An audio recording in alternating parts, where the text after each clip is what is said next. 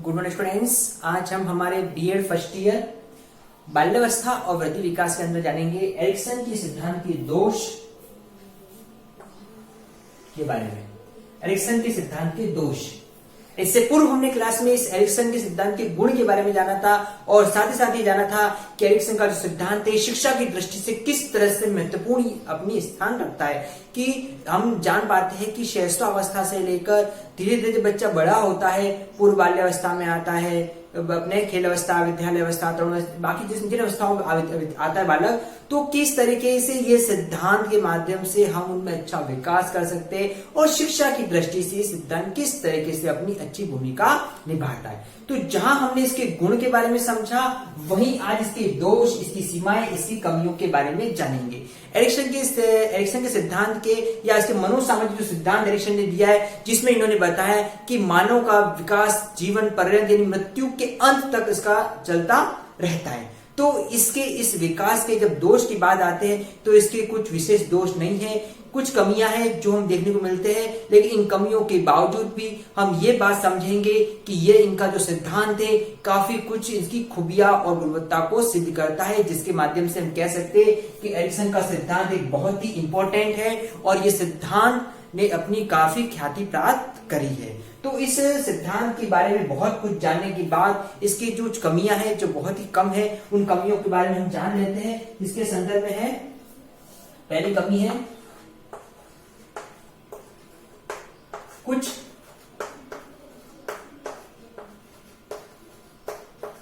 आलोचकों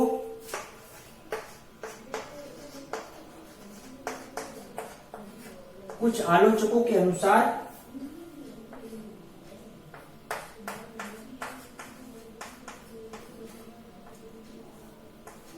एरिक्सन ने अपने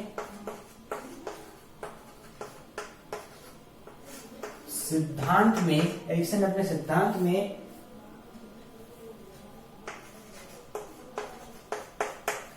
अत्यधिक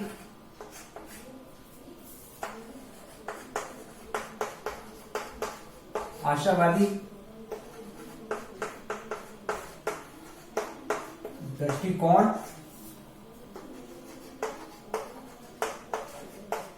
अपनाया है। कुछ आलोचक जो इसकी आलोचना करते हैं, क्योंकि आलोचक बहुत देखने को मिल सकते हैं कई भी पहलू पर, तो जो आलोचक है क्या कहते हैं, इनके अनुसार ये कहना चाहते हैं कि एरिक्सन का जो अपना सिद्धांत है वो अत्यधिक आशावादी दृष्टिकोण को अपनाता है। जो आशावादी दृष्टिकोण है इस पे ज्यादा फोकस करता है, इस डायरेक्शन में ज्यादा जाता है, इसलिए यहां पर ये आलोचक इसकी कमी को उजागर करते हैं। सेकंड है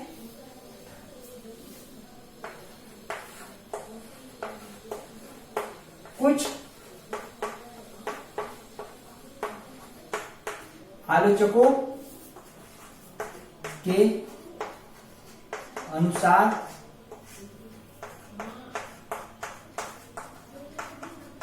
एरिक्सन ने अपना सिद्धांत नहीं दिया। कुछ आलोचक तो ये कहते हैं कि एरिक्सन ने खुद ने अपना यह सिद्धांत नहीं दिया, यानी कि एरिक्सन का जो मनोसामाजिक वाला जो सिद्धांत है ये खुद का नहीं है। इनका कहना है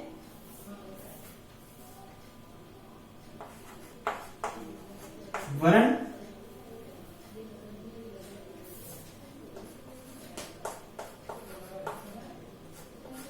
फ्रॉयड के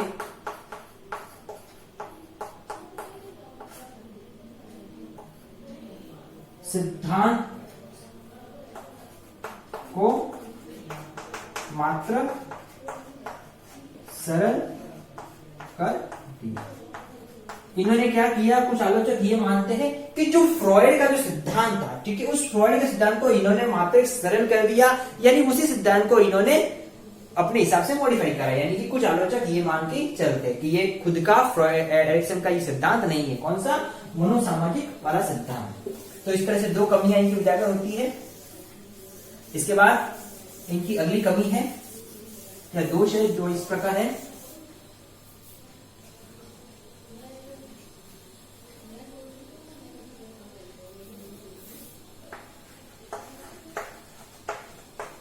कुछ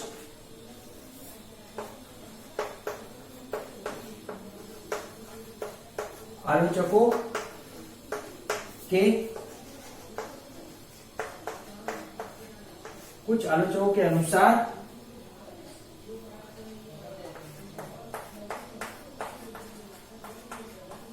एरिक्सन ने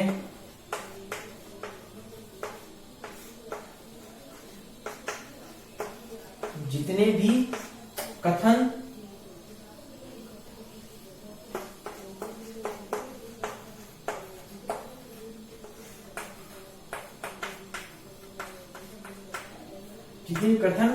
प्राकथन के लिए प्राकथन लिए है तथा उनकी व्याख्या की है, वे सभी प्रक्षेपण पर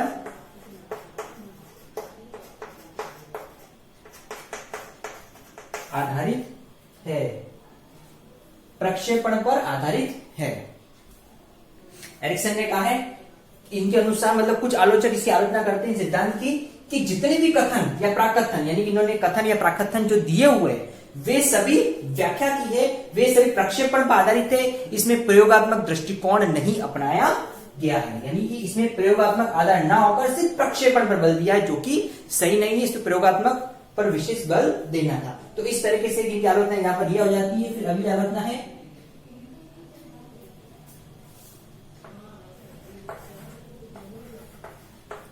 कुछ आलोचक अनुसार यह मान्य नहीं है कि बदली हुई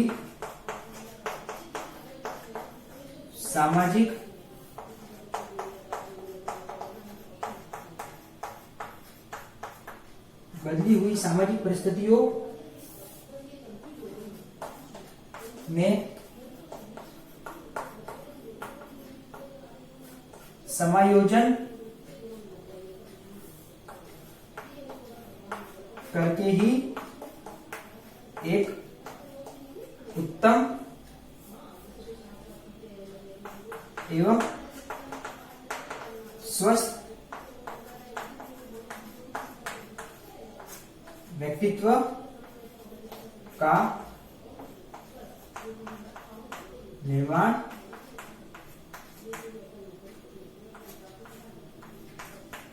होता है। ठीक है, कुछ आलोचक के अनुसार यह मान्य नहीं है। ठीक है ना, वो कहते हैं कि बदली हुई सामाजिक परिस्थितियों में समायोजन करके, यानी कि एरिक्सन क्या कहता है कि सामाजिक परिस्थितियों में समायोजन करके ही अपने व्यक्तित्व का निर्माण होता है। लेकिन आलोचक कहते हैं ऐसा जरूरी नहीं है, बदली हुई सामाजिक परिस्थिति का समायोजन करके स्वस्थ व्यक्ति का निर्माण होता है, ऐसा कोई जरूरी नहीं होता। इस तरीके से हमने ये जाना कि एरिक्सन का जो सिद्धांत है किस तरीके से अपने दोष को स्पष्ट करता है, इसकी कमियों को उजागर करता है इन आलोचकों के अनुसार। यानी आलोचक स्पष्ट तौर पर कहना चाहते हैं कि यह एक प्रक्षेपणवादी के प्रयोगात्मक दृष्टिकोण नहीं है, ये फ्राइडे के सिद्धांत को केवल सरल बनाता है। इनका सिद्धांत सामाजिक के अनुसार व्यक्ति का निर्माण होता है, इस तरीके से ये सही नहीं है। और इन्होंने बताया कि एक सिद्धांत आशावादी दृष्टिकोण को अपनाता है। तो इस तरीके से इनके दोष उजागर होते हैं। लेकिन इतने दोष उजागर होने के बावजूद भी हम ये कहेंगे कि एरिक्सन का सिद्धांत काफी महत्वपूर्ण है, इंपॉर्टेंट है, क्योंकि इस सिद्धांत ने मनुष्य की मृत्यु पर्यंत तक के विकास को स्पष्ट तौर पर उजागर किया है। तो आज हमने एरिक्सन के सिद्धांत को, दोष को जाना। अब इससे रिगार्डिंग आपका असाइनमेंट है